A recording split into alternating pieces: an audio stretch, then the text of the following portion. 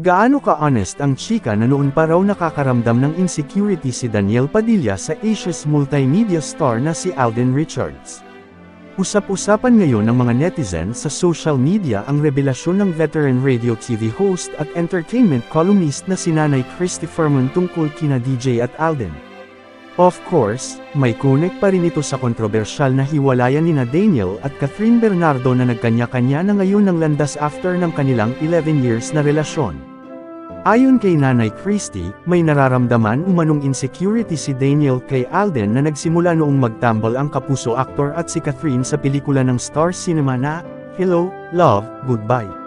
Sa December 6 episode ng Christy Ferminit, napag-usapan muli ang matagumpay na pagtatambal nina Alden at Catherine sa naturang pelikula na itinuturing ngayong highest-grossing movie of all time sa Pilipinas matapos kumita ng mahigit 880 million pesos.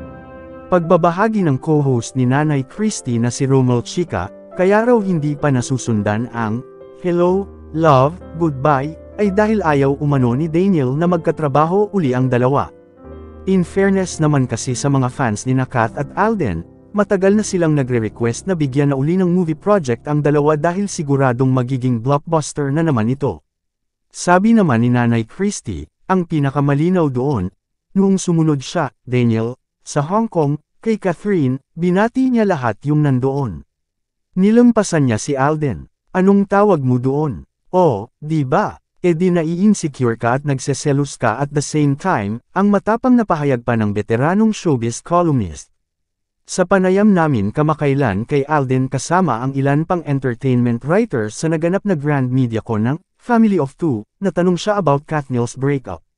Medyo mainit po yung topic, baka masali po ako ulit, baka ako po yung mabash, ang pag-iwas ni Alden sa issue. Ayoko na pong nababash, so tatahimik na lang po ako sa issue na yan, dagdag pa niya. Ano naman ang reaksyon niya na may mga fans na nagsasabing sana sila na lang daw ni Catherine ang magkatuluyan at gumawa uli ng mga pelikula. Respeto ko na lang po sa kanila. I'll just keep quiet sa issue pero tignan na lang po natin kung anong magiging turnout.